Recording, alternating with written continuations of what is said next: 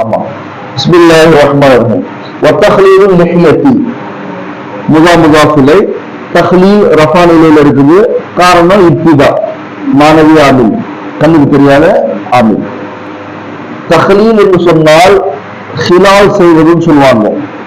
லிஹ்யா என்று சொன்னால் தாடி. ஹிலால் செய்வதுன்னு சொன்னா தாடி இருக்கு இல்லையா, ஈர கையால இதான் ஹிலால்.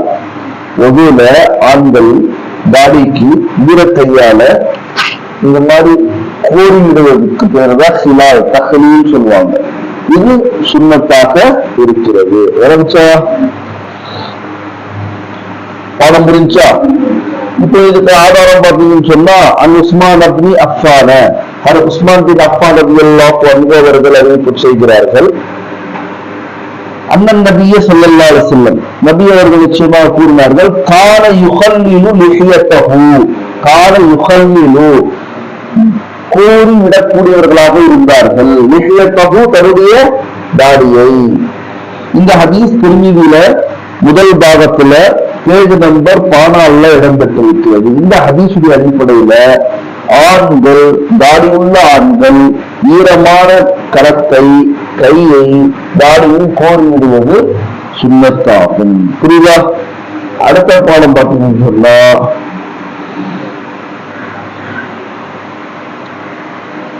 நிறைய இந்த மாதிரி ஹதீஸ் ஒரே விஷயத்தை வலியுறுத்தக்கூடிய பல ஹதீஸ் வரும். இன்னொரு ஹதீஸ் இருக்குது, நஸல அலைய ஜிப்ரீலு, அலைய என்னிடத்தில், நஸல வந்தாரு மாதி, ஜிப்ரீலு பாய். யாரு ஜிப்ரீல்? யாரு? உணர்ந்துட்டுக்கிறா? மலக்குமார்களின் தலைவர், மலக்குமார்களின் தலைவர் தான் ஜிப்ரீல். இவர்தான் குர்ஆன்ல 114 அத்தியாயங்கள் சூறாக்கள் இருக்குது, 6666 வசனங்கள் இருக்குது, ஆயத்துக்கள். இதை அல்லாஹ்வுடைய புறத்திலிருந்து கொண்டு வந்தவர், ரசூலுல்லாஹ்ட்ட கொண்டு வந்த மலக்குமார்கள் தலைவர் ஜிப்ரீல். ஜிப்ரீல் வர்றாங்க.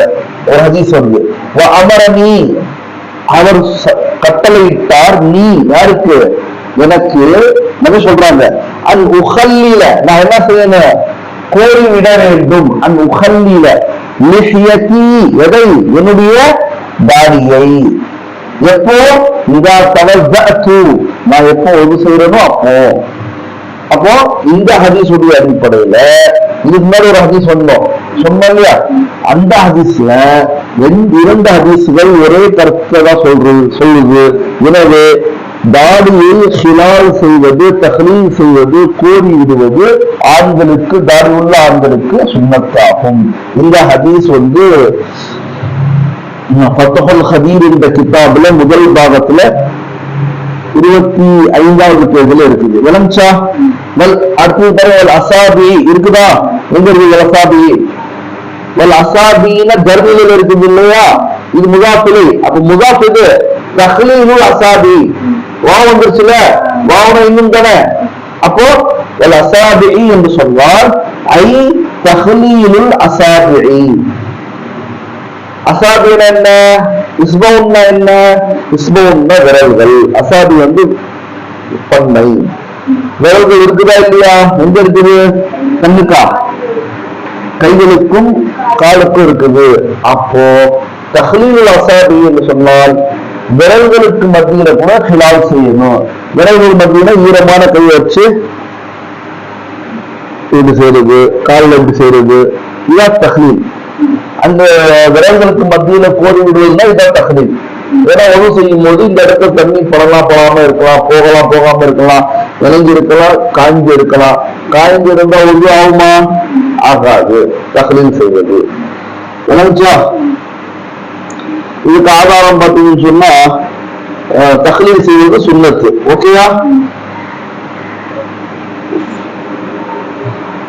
லகீத் பின் சப்ரா என்ற ஒரு சஹாபி சொல்றாங்க, நான் கேட்டேன், யா ரசூலல்லாஹி, அல்லாஹ்வின் தூதரே, அக்பிர்னி, எனக்கு சொல்லி தாருங்க, அனில் வுதுவை பத்தி சொல்லுங்க. நபி சொன்னாங்க, அஸ்பிரில் வுதுஅ, வுது முழுமையா நல்லா செய், வஹல்லில் தஹ்லீல் செய்தி அமரு பைனல் அசாபிஇ உன்னுடைய விரல்களுக்கு மத்தியில். அந்த விரல்கள் என்று சொன்னால் கை விரல்களும் கால் விரல்களும். இந்த ஹதீஸ் அபூ தாவூதுல முதல் பாகத்துல பேஜ் நம்பர் 19 இருக்குது. திருமிதியில முதல் பாகத்துல பேஜ் நம்பர் 16 இடம்பெற்ற ஹதீஸாக இருக்கிறது. மனம்சா இந்த ஹதீஸுடைய அடிப்படையில அதே மாதிரி இன்னொரு ஹதீஸுடைய மாதிரி வருது.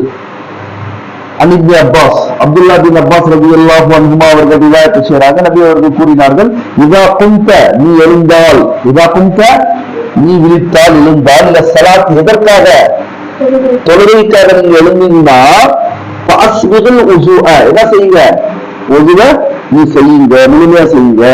வஜஅலில் மாஅ தண்ணீரை செலுத்துங்க. வஜஅல் நீ செலுத்து, அல் மாஅ தண்ணீரை, மஃபூல் பைன அசாபிஇ ரிஜ்லைக வயதைக. ரிஜ்லுன்னா காலு, ரிஜ்லைக உன்னுடைய காலுடைய விரல்களுக்கு மத்தியில, வயதைக உன்னுடைய கைகளுக்கு விரல்களுக்கு மத்தியில. விளங்குச்சா? இந்த ஹதீஸ் தெளிவா வலியுறுத்துது. டைரக்டாக மேலையாவது என்னன்னா பைனல் அசாபிஇ விரல்களுக்கு மத்தியில நீங்க என்ன பண்ணுங்க, கிலால் பண்ணுங்க, போடுவீங்கன்னு சொன்னாங்க. இந்த ஹதீஸ்ல தெளிவாக காலுடைய விரல்களுக்கு மத்தியில கைகளுடைய விரல்களுக்கு மத்தியிலும் தெளிவா ரசூலுல்லாஹ் சொல்லியிருக்காங்க.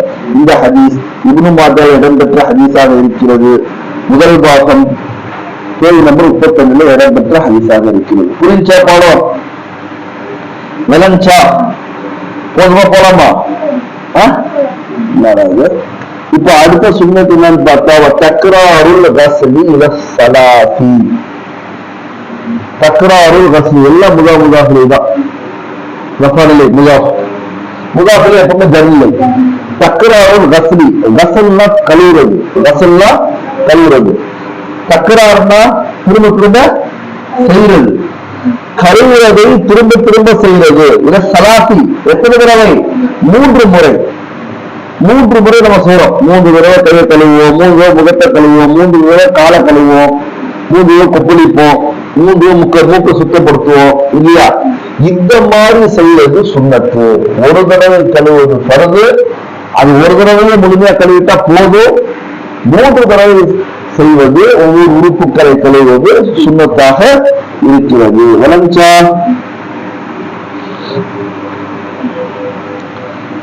சரி, 3 தடவைக்கு மேல ஒருத்தர் செஞ்சானா அதுக்கு ஒரு ஹதீஸ் வருது.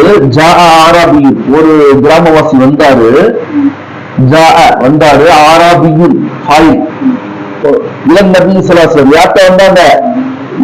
நபிகள் நாயகம் ஸல்லல்லாஹு அலைஹி வஸல்லம் அவர்கிட்ட வந்தாங்க. ஃபஸஅலஹு அன் உஜூவை பற்றி கேட்டார்கள். புரிஞ்சுங்களா? நபி ஸல்லல்லாஹு அலைஹி வஸல்லம் சொன்னாங்க 3 தடவை கழுவிக்குங்க. என்னது? புரிஞ்சா புரியலையா?